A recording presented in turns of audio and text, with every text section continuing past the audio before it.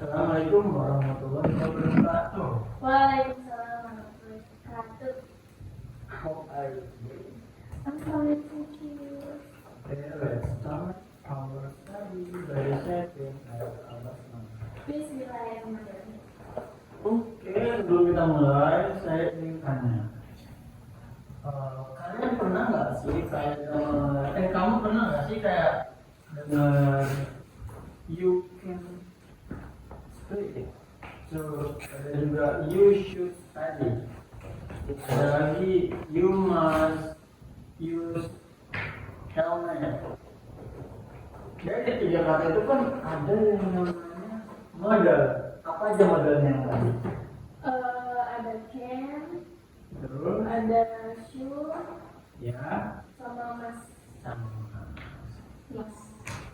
Jadi pembahasan kita ini tentang Modal.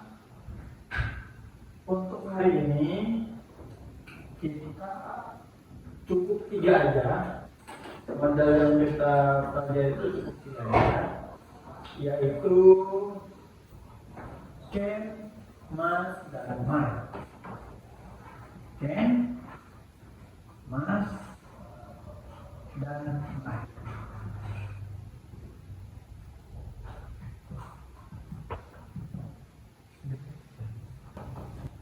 Ini dicatat ya, tiga ini ya, cukup tiga aja. Nah, ada yang tahu nggak perbedaan dari tiga ini diperuntukkan untuk apa sih? Kayak itu untuk apa, might untuk apa, must untuk apa?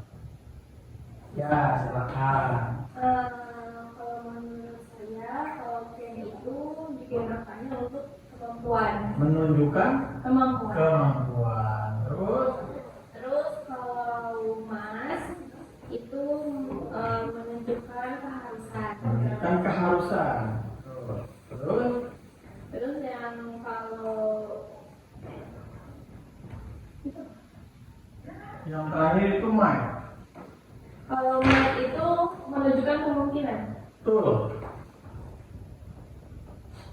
Kemungkinan.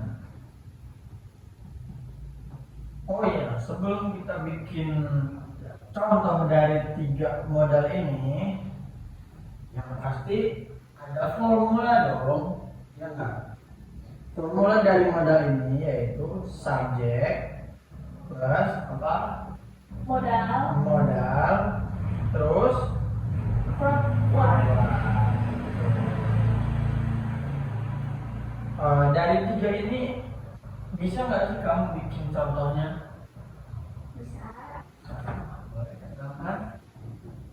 Kalau yang can itu contohnya I can Ayo, go to school. you can go to school. Kalau yang Mei, Mas, yang Mas, sorry. Kalau yang mas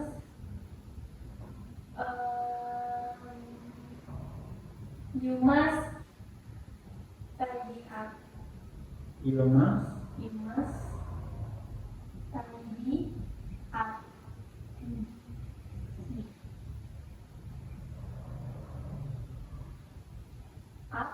Up your bed. Your bed. Yeah. Terus selanjutnya yang might, You might I might get sick. I might get sick. Oke.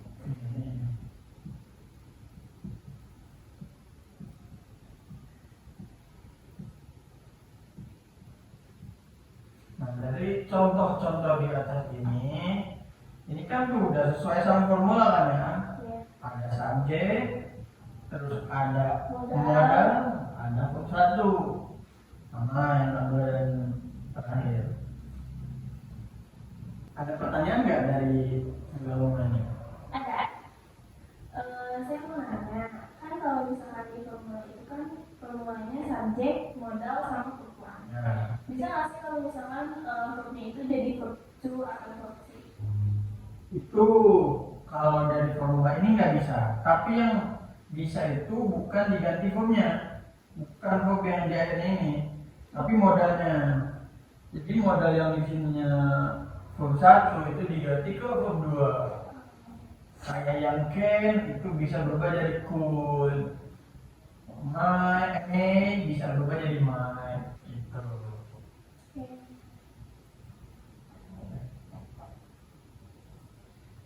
Dari semua ini bisa dipahami nggak? Bisa.